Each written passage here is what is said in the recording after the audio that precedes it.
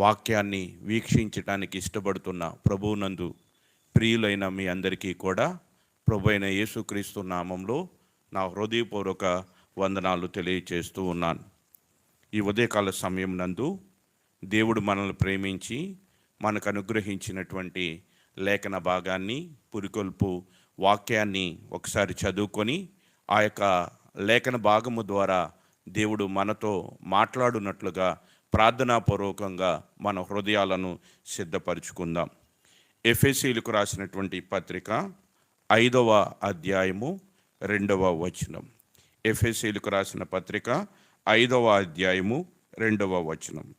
క్రీస్తు మిమ్ములను ప్రేమించి పరిమళ వాసనగా ఉండుటకు మన కొరకు తన్ను తాను దేవునికి అర్పణగాను బలిగాను అర్పించుకొనెను. దేవుడి యొక్క లేఖన భాగముల ద్వారా మనతో మాట్లాడినట్లుగా ప్రార్థన పూర్వకంగా ముందుకు వెళదాం.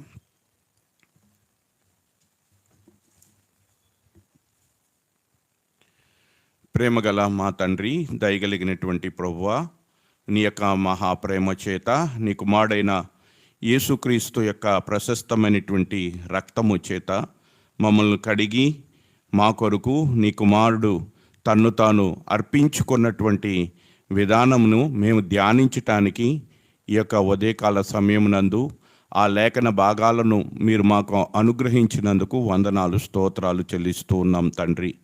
ఈ ఉదయకాల సమయమందు మీరు మాకు అనుగ్రహించిన ఆ లేఖన భాగముల ద్వారా నీ వాక్యమును ధ్యానించటానికి నీ సన్నిధిలో నిలబడి ఉండగా నీ కృపలో ఒక్కసారి జ్ఞాపకం చేసుకొని మా యొక్క మాటలను దూరపరిచి నీ యొక్క మాటను నా యందు ఉంచి ఈ మాట ద్వారా ఈ యొక్క తండ్రి ఆన్లైన్ ద్వారా వీక్షించుచున్నటువంటి నీ యొక్క ప్రియులైనటువంటి వారందరితో కూడా మీరు మాట్లాడమని, నీ వాక్కును వెల్లడిపరచమని, ఈ యొక్క వాక్యము ద్వారా నీ సత్యాన్ని, నీ యొక్క త్యాగాన్ని, నీ కుమారుడి యొక్క సమర్పణను మేము తెలుసుకొనగలగటానికి మాకు సహాయం చేయమని, బలహీనుడైనటువంటి నన్ను ఒక్కసారి ముట్టి నీ మాటను పలుకుటకు యోగ్యత, అర్హత, పరిశుద్ధత, నీతి లేనిటువంటి నన్ను కరుణించి కనికరించి నీ వాక్కును నా ద్వారా వెల్లడిపరచమని, నీ పక్షముగా నిలబడుతుండగా నాకు సహాయము దయచేయమని, నీ కుమారుడు మా రక్షకుడునైన యేసుక్రీస్తు వారి శ్రేష్టమైనటువంటి నామంలో ఈ ప్రార్థన మీకు సమర్పించి మిక్కిలి వినయంతో బ్రతిమలాడి అడుగుచున్నాను పరమ తండ్రి. ఆమెన్.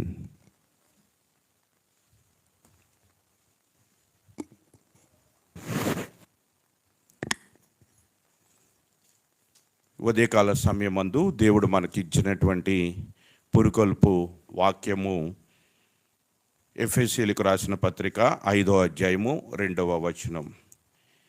ప్రభువైనటువంటి యేసుక్రీస్తు మనలను ప్రేమించి మన కొరకు ఏ రీతిగా తన్ను తాను అర్పించుకున్నాడో ఆ యొక్క సమర్పణను గురించినటువంటి లేఖన భాగాలను మరి దేవుడి ఉదయకాల సమయమునందు మనకి తెలియచేస్తూ ఉన్నాడు.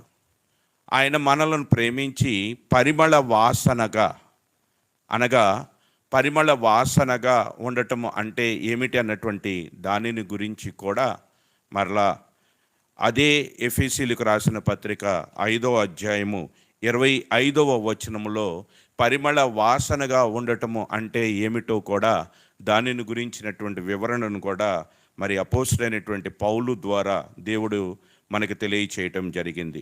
ఎఫెసీయులకు రాసిన పత్రిక 5వ అధ్యాయము 25వ వచనాన్ని మనం చూచినట్లయితే, క్రీస్తు కూడా సంఘమును ప్రేమించి అది కళంకమైనను ముడత అయినను అట్టిది మరి ఏదైనను లేక పరిశుద్ధమైనది గాను నిర్దోషమైనది గాను మహిమగల సంఘము గాను ఆయన తన ఎదుట దానిని నిలబెట్టుకొన వలనని వాక్యముతో ఉదక స్నానము చేత దానిని పవిత్రపరిచి పరిశుద్ధపరచుటకై దాని కొరకు తన్ను తాను అప్పగించుకొనెను.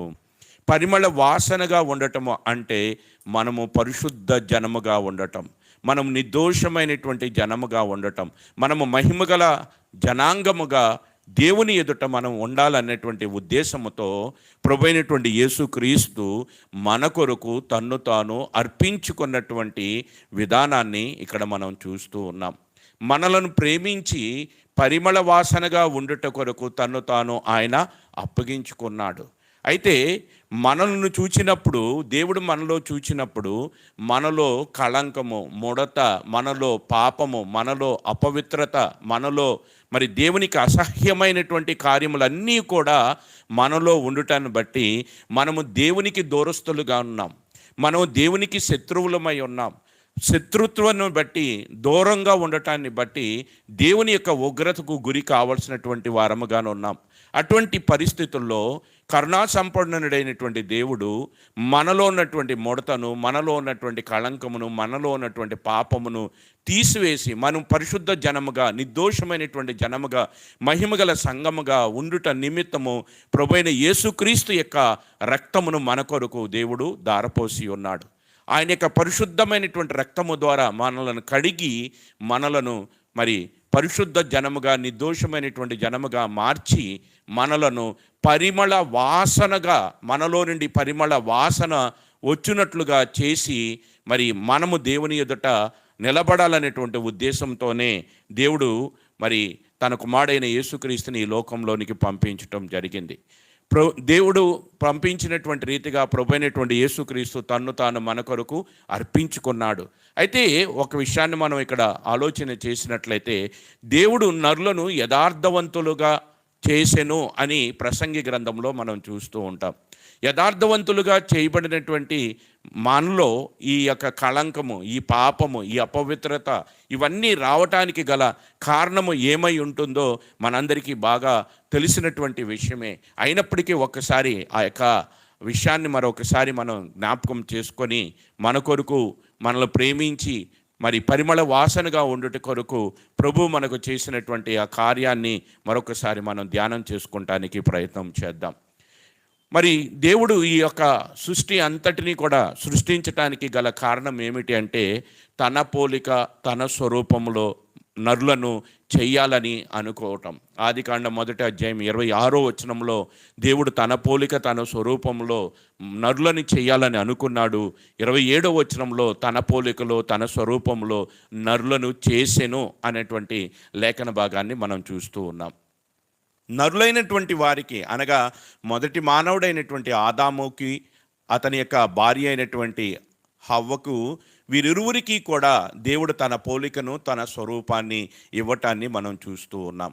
అయితే దేవుడు ఏమై ఉన్నాడు, దేవుని యొక్క పోలిక ఏమై ఉన్నది అనేటువంటి విషయాన్ని ఒకసారి మనం ఆలోచన చేసినట్లయితే, దేవుడు ఆత్మ అయి ఉన్నాడు. ఆత్మ అయినటువంటి దేవుడిని మనం కంటితో చూడలేము. దేవునికి మనవలే ఒక శరీరము, రక్తమాంసాలు ఆయనకి ఉండవు. ఆయన నిరాకారుడైనటువంటి దేవుడు. మరి నిరాకారుడైనటువంటి ఆత్మ అయినటువంటి దేవుడికి, ఏ రూపము లేనటువంటి దేవునికి ఒక రూపము, రక్తమాంసాలు కలిగినటువంటి నరులైనటువంటి ఆదాము అవ్వలకు ఉన్నటువంటి పోలిక ఏమిటి అనేటువంటి విషయాన్ని మనం ఆలోచన చేసినట్లయితే, మనము అనుకొంచున్నట్లుగా మనం ధరించినటువంటి ఈ దేహం అనేటువంటిది దేవుని యొక్క పోలిక ఏమాత్రము కాదు. ఈ దేహము రక్తమాంసాల్లో కూడుకున్నటువంటిది. దేవునికి రక్తమాంసాలు ఉండవు. దేవుడు ఆత్మ. ఆయన ఆరాధించువారు ఆత్మతో సత్యముతో ఆరాధించవలనని ప్రభువైనటువంటి యేసుక్రీస్తు సమరయ స్త్రీతో మరి మాట్లాడుతున్నటువంటి మాటలను మనం యోహాను సువార్తలో మనం చూడగలం. కాబట్టి ఆయన ఆత్మ అయి ఉన్నాడు, ఆయనకు రక్తమాంసాలు ఉండవు. అయితే ఇక్కడ నరులను చూచినప్పుడు వీరికి రక్తమాంసాలు ఉంటాయి. అయితే మరి నరులైనటువంటి ఆదాము అవ్వలకు ఆత్మ అయినటువంటి దేవునికి ఉన్నటువంటి పోలిక ఏమిటి? దేవుని స్వరూపము, దేవుని పోలిక అంటే ఏమిటి అంటే, అది మనుషులు అనుకున్నటువంటి రీతిగా శరీర సంబంధమైనటువంటి మరి పోలిక ఏమాత్రము కాదు. శరీరమునకు సంబంధించినటువంటిది ఏమాత్రము కాదు. దేవుని పోలిక, దేవుని స్వరూపము అంటే దేవుని యొక్క స్వభావము. ఈ యొక్క దేవుని స్వభావమే దేవుని యొక్క పోలిక అనేటువంటి విషయాన్ని తెలుసుకున్నట్టు కొరకు ఎఫెసీయులకు రాసినటువంటి పత్రిక 4వ అధ్యాయము, ఎఫెసీయులకు రాసిన పత్రిక 4వ అధ్యాయము వచనాన్ని మనం చూచినట్లయితే 24వ వచనాన్ని మనం చూచినట్లయితే, నీతియు యథార్థమైన భక్తియు కలవారై దేవుని పోలికగా సృజింపబడిన నవీన స్వభావము. దేవుని పోలిక, దేవుని స్వరూపము అంటే ఆయన యొక్క స్వభావం. ఆదామును అవ్వను దేవుడు సృజించినప్పుడు వారికి తన పోలిక, తన స్వరూపమును ఇచ్చాడు. అంటే దాని అర్థం ఏమిటి అంటే, వారిరువురిని కూడా పరిశుద్ధముగా దేవుడు సృష్టించి ఉన్నాడు. ఎందుకంటే దేవుడు పరిశుద్ధుడు కనుక దేవుని యొక్క పరిశుద్ధతను వారికి అనుగ్రహించాడు. అదే దేవుని యొక్క పోలిక, దేవుని యొక్క స్వరూపం. దేవుడు యథార్థవంతుడు, వారిరువురిని కూడా యథార్థవంతులుగానే దేవుడు సృజించాడు. దేవుడు మరి ఈ లోకమంతటికీ కూడా ఆయన అధికారిగా, ఒక రాజుగా ఉన్నాడు. పరలోకంలోను భూలోకంలోను సర్వాధికారము ఆయనదై ఉన్నది. అందుకనే ఆదామును సృజించినప్పుడు మీరు ఏలండి అని ఒక అధికారాన్ని ఆదాముకు ఇవ్వటాన్ని మనం అక్కడ చూస్తూ ఉన్నాం. కాబట్టి దేవుని యొక్క పోలిక, దేవుని యొక్క స్వరూపం అంటే అది దేవుని యొక్క స్వభావం. దేవుడి యొక్క స్వభావాన్ని దేవుడు మనకు అనుగ్రహించాడు. తన పరిశుద్ధతని ఇచ్చాడు, తన యొక్క యథార్థతను ఇచ్చాడు. తాను ఏ రీతిగా పరలోకములోను భూలోకమును సర్వాధికారం కలిగినటువంటి వాడై ఉన్నాడో అట్టి అధికారాన్ని మానవులైనటువంటి వారికి ఇచ్చినట్లుగా మొదటి అధ్యాయంలో మనం చూడగలం. అయితే తర్వాత జరిగినటువంటిది ఏమిటి అంటే, దేవుడిచ్చినటువంటి ఆ పోలికను, దేవుడిచ్చినటువంటి ఆ స్వరూపము అనగా దేవుని యొక్క స్వభావము, పరిశుద్ధత అనేటువంటి ఆ స్వభావమును, యథార్థత అనేటువంటి ఆ స్వభావాన్ని మరి ఆదాము దేవుని ఆజ్ఞను అతిక్రమించుట ద్వారా ఏమయ్యాడు అంటే ఆ యథార్థతను కోల్పోయాడు, ఆ పరిశుద్ధతను కోల్పోయాడు. అనగా దేవుని స్వభావాన్ని కోల్పోయాడు, దేవుని స్వరూపాన్ని కోల్పోయాడు, దేవుని పోలికను కోల్పోయాడు. అందుచేతనే దేవుడు వచ్చి ఆదాముతో మాట్లాడుతున్నప్పుడు, ఆదాము నీవు ఎక్కడ ఉన్నావని అడిగినప్పుడు ఆదాము అనినటువంటి మాట, నేను నీతో మాట్లాడుతున్నప్పుడు నేను దిగంబరుడని చెప్పి భయపడి దాగుకుంటేని అని చెప్తూ ఉన్నాడు. అదే రీతిగా దేవుడు నేను తినవద్దన్నటువంటి ఫలమును తింటివా అని అడిగినప్పుడు అతడు మరి చెప్పినటువంటి మాట ఏమిటి అంటే, నీవు నాతో కూడా ఉండుటకు ఆ స్త్రీ ఇవ్వగా నేను తిన్నాను కానీ నేను తినలేదనేటువంటి రీతిగా తన పాపములను అతడు కప్పుకున్నాడు. అలా పాపమును కప్పుకొనటం వలన, ఆజ్ఞను అతిక్రమించుట వలన దేవుని స్వభావాన్ని కోల్పోయాడు, దేవుని స్వరూపాన్ని కోల్పోయాడు, దేవుని యొక్క పోలికను కోల్పోయాడు. ఆ కోల్పోయినటువంటి దేవుని యొక్క పోలికను, దేవుని యొక్క స్వరూపాన్ని తిరిగి మనలో తీసుకురావటానికి, అనగా మనలో దేవుని యొక్క స్వభావాన్ని తీసుకొని రావటానికి, నవీన స్వభావాన్ని తీసుకొని రావటానికి ప్రభువైనటువంటి యేసుక్రీస్తు పరలోకములో నుండి ఈ భూలోకానికి దిగి రావాల్సి వచ్చింది. మనలో పరిమళ వాసనగా ఉండటం, అనగా దేవుని యొక్క పోలిక, దేవుని యొక్క స్వభావము మనలోనికి రావటానికి, దేవుడు ఏ రీతిగా పరిశుద్ధుడై ఉన్నాడో మనము కూడా ఈ లోకములో పరిశుద్ధముగా జీవించటానికి. అందుకనే దేవుడు మనల్ని ఎందుకు పిలిచాడు అంటే, పరిశుద్ధులుగా ఉండుట కొరకే దేవుడు మనల్ని పిలిచి ఉన్నాడు. ఆయన యొక్క చిత్తము ఏమై ఉన్నది అంటే, ఆయన పరిశుద్ధుడై ఉన్న ప్రకారము మనము కూడా పరిశుద్ధులమై ఉండాలనేటువంటిది ఆయన యొక్క చిత్తమై ఉన్నది. ఆ రీతిగా దేవుని యొక్క చిత్తాన్ని నెరవేర్చటానికి, దేవుని యొక్క పోలికలోనికి మనల్ని తీసుకుని వెళ్ళటానికి, మనము ఏ యొక్క దేవుని స్వభావాన్ని మనం కోల్పోయామో, ఆదాము అవ్వల ద్వారా ఏ పాపములో మనం పడిపోయి ఆ పాపము ద్వారా దేవుని స్వభావాన్ని కోల్పోయి మనలో ముడత, మనలో కళంకము, మనలో పాపము, మనలో అపవిత్రత ఏదైతే వచ్చి దేవుని స్వభావాన్ని, దేవుని పోలికను కోల్పోయామో, అలా కోల్పోయినటువంటి మనలను, ముడతతో కళంకముతో ఉన్నటువంటి మనలను తిరిగి దేవుని పోలికలోనికి మార్చటానికి, దేవుని స్వభావంలోనికి మార్చటానికే ప్రభువైన యేసుక్రీస్తు పరలోకంలో నుండి దిగి ఈ భూలోకానికి రావటం జరిగింది. అందుకనే ఆయన మనలను ప్రేమించి పరిమళ వాసనగా ఉండుటకు కారణం ఏమిటంటే, మనలో పరిమళ వాసన లేదు. దేవుడు కోరుకునేటువంటి స్వభావం మనలో లేదు, దేవుడు కోరుకునేటువంటి పరిశుద్ధత మనలో లేదు, దేవుడు కోరుకునేటువంటి నీతి మనలో లేదు. కనుక తిరిగి ఆ పరిశుద్ధతలోనికి, తిరిగి ఆ నీతిలోనికి, తిరిగి ఆ యథార్థతలోనికి మనలను నడిపించుట కొరకు, పరిమళ వాసనగా మనం ఉండుట కొరకు, మనలో ఉన్నటువంటి ముడతను, మనలో ఉన్నటువంటి కళంకమును చూచి మన పట్ల దయ కలిగినటువంటి వాడే, మన పట్ల ప్రేమ కలిగిన వాడే, మన పట్ల కరుణ చూపి ఆయన పరలోక పరలోకములో నుండి భూలోకానికి దిగి వచ్చి తన యొక్క రక్తమును ఆ కల్వరి చెరువులో చిందించి ఆ రక్తము ద్వారా మనలను కడిగి మన హృదయాలను శుద్ధి చేసి మన హృదయాలను మార్చి నూతన హృదయాన్ని మనకిచ్చి నూతన స్వభావాన్ని మనకు కలగచేసి నూతన సృష్టిగా మనలను మార్చి తన ఎదుట అనగా దేవుని ఎదుట మనల్ని నిలబెట్టవలనని మహిమగల సంఘముగా పరిశుద్ధ సంఘముగా మనలందరినీ కూడా నిలబెట్టవలనని ఆయన తన్ను తాను మన కొరకు అప్పగించుకొని ఉన్నాడు. ఆ యొక్క తన్ను తాను ఏ రీతిగా అప్పగించుకున్నాడో ఆ యొక్క ప్రేమను, ఆయన యొక్క సమర్పణను మనకు తెలియచేస్తూ అపోస్తులైనటువంటి పౌలు మరి ఈ యొక్క లేఖన భాగాలను మనకు తెలియచేయటం జరిగింది. ఆ యొక్క లేఖన భాగాల్ని ఈ ఉదయకాల సమయం నందు మరి పురుకొల్పు వాక్యముగా మనం ధ్యానిస్తూ వచ్చి ఉన్నాం. కాబట్టి మనము కోల్పోయినటువంటి పరిశుద్ధతను, యథార్థతను, నీతిని, దేవుని స్వరూపమును, దేవుని పోలికలోనికి మనలను తిరిగి తీసుకురావటానికే ఆయన దేవుని స్వరూపము కలవాడై ఉన్నటువంటి ఆయన ఆ దేవుని స్వభావాన్ని, దేవుని పోలికను విడిచిపెట్టి మనుషులుగా మన స్వభావంలోనికి, మన పోలికలోనికి, ఈ లోకంలోనికి వచ్చి మనవలే మరి శోధింపబడ్డాడు, మనవలే బాధపడ్డాడు, మనవలే ఏడ్చాడు, మనవలే సమస్తమును కూడా ఆయన జరిగించి ఉన్నాడు. కానీ మనవలే ఆయన పాపము చేయలేదు. ఆయన పాపము చేయకుండా పరిశుద్ధంగా ఉండి ఆ పరిశుద్ధమైనటువంటి రక్తము ద్వారా మనల్ని కడిగి పరిమళ వాసనగా మనలో పరిమళ వాసన వచ్చినట్లుగా తన పవిత్రమైనటువంటి రక్తము ద్వారా మనలను కడిగి దేవుని ఎదుట మహిమగల సంఘముగా, పరిశుద్ధ జనముగా, నిర్దోషమైనటువంటి జనముగా ఉండుట కొరకు మన కొరకు తన్ను తాను అప్పగించుకొని ఉన్నాడు.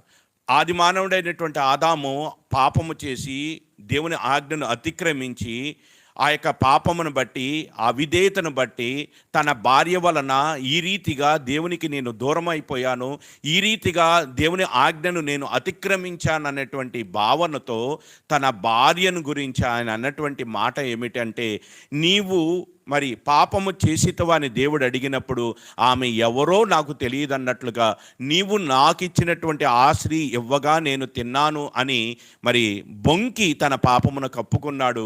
అంతేకాదు తన భార్య పరాయిదిగా అన్నట్లుగా అతను మాట్లాడుతున్నటువంటి ఆ మాటలను ఆదికాండం 3వ అధ్యాయంలో మనం చూడగలం.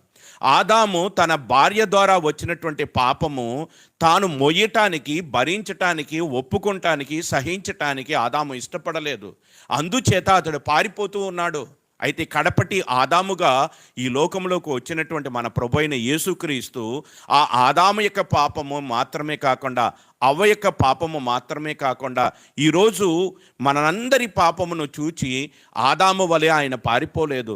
ఆదాము వలె ఆయన మరి నేరం మోపటానికి ఆయన ప్రయత్నం చేయలేదు. కానీ మన పాపమును బట్టి, మన అవిధేయతను బట్టి, మనలో ఉన్న కళంకాన్ని బట్టి, మనలో ఉన్న ముడతను బట్టి, మన మీదకి రాబోతున్న ఉగ్రతను బట్టి మన పట్ల కరుణ చూపాడు, మన పట్ల దయ చూపాడు.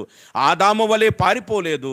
ఆదాము వలె మరి బొంకటానికిను, ఆదాము వలె సాకులు చెప్పటానికి ఆయన ప్రయత్నం చేయలేదు. కానీ మన నిమిత్తము తన్ను తాను అప్పగించుకున్నాడు.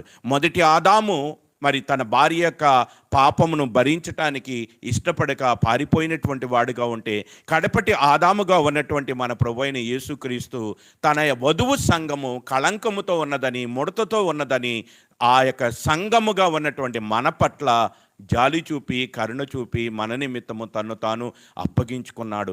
ఒకళ్ళు పారిపోయినటువంటి వాళ్ళైతే మన కొరకు తన్ను తాను అప్పగించుకున్నటువంటి వారు. ఈ ఉదయకాల సమయం నందు ప్రభువైనటువంటి యేసుక్రీస్తు తన్ను తాను అప్పగించుకున్నటువంటి ఆ యొక్క గొప్ప కార్యమును గురించి అపోస్తలుడైనటువంటి పౌలు ద్వారా దేవుడు మనకు తెలియచేస్తూ ఉన్నాడు. ఈ ఉదయకాల సమయం నందు దేవుడు మనలను ఎంతగా ప్రేమిస్తున్నాడు అంటే, తన కుమారుడైన యేసుక్రీస్తు యొక్క రక్తమును మన కొరకు దారపోయినంతగా, ఆయన ప్రాణమును మన కొరకు చిందించినట్లుగా మనలో ఉన్న ముడతను, మనలో ఉన్న కళంకమును తీసివేసి మనలను పరిశుద్ధ జనముగా, నిర్దోషమైనటువంటి జనముగా, మహిమగల సంఘముగా మనలను తన ఎదుట నిలబెట్టుకోవాలని, అనగా మనలో పరిమళ వాసన రావాలని మరి దేవుడు ఇష్టపడినటువంటి వాడై మనలో పరిమళ వాసన రావుట కొరకు పరిమళ వాసనను మనలో తప్పించేటువంటి పరిశుద్ధమైనటువంటి, నిర్దోషమైన, యథార్థమైనటువంటి ఆ యొక్క క్రీస్తు రక్తము చేత మనల్ని కడిగి ఉచితముగా మనలను నీతిమంతులుగా చేశాడు. ఈ ఉదయకాల సమయం నందు దేవుడు మనకు చేసిన ఈ గొప్ప కార్యాన్ని మన హృదయాలలో మరి భద్రపరుచుకొని ఆ యొక్క మాటల చేత ఈ ఉదయం కాల సమయంని మరియు దేవుణ్ణి ఆరాధించటంలో ఈ యొక్క మన యొక్క దినమును ఆరంభించాలనేటువంటి ఉద్దేశంతో దేవుడి యొక్క లేఖన భాగాలు మన దృష్టికి తీసుకుని వచ్చి ఉన్నాడు. కాబట్టి ఈ యొక్క శనివారం దినము, ఈ యొక్క వారంలో ఆఖరి దినము, రేపటి దినము పునరుద్ధాన దినము కనుక ఆ పునరుద్ధాన దినము కొరకు మనం సిద్ధపడుట కొరకు దేవుడు మనకు చేసినటువంటి ఈ గొప్ప కార్యాన్ని తలంచుకొనుచు మరి దేవుణ్ణి ఆరాధిస్తూ, దేవుని స్తుతిస్తూ, దేవుడు చేసినటువంటి గొప్ప కార్యాన్ని బట్టి మరి దేవునికి ఘనత, మహిమ, ప్రభావాలు చెల్లిస్తూ ఈ దినమెల్లా కూడా దేవుని గుర్చినటువంటి స్తుతిగానము చేయుచు మన జీవన యాత్రను కొనసాగించాలని కోరుకుంటూ ఈ యొక్క నా మాటలను ముగిస్తూ ఉన్నాను. ప్రార్థన చేసుకుని మనం మరి ముగించుకుందాం.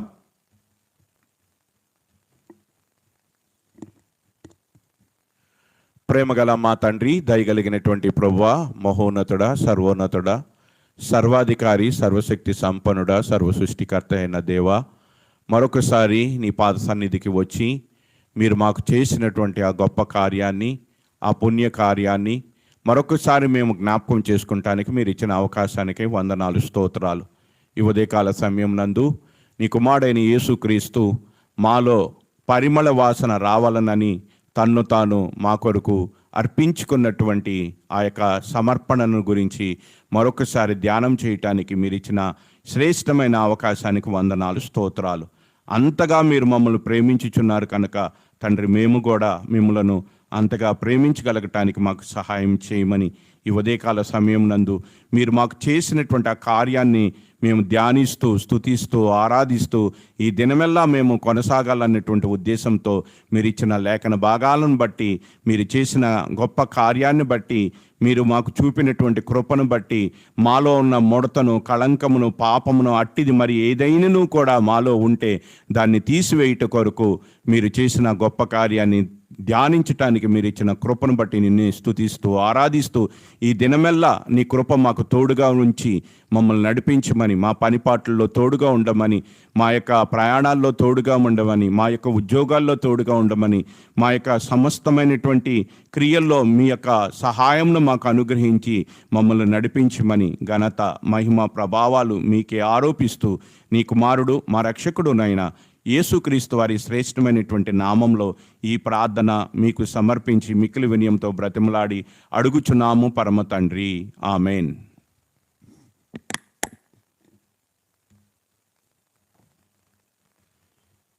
అందరికీ ప్రైజ్ లార్డ్.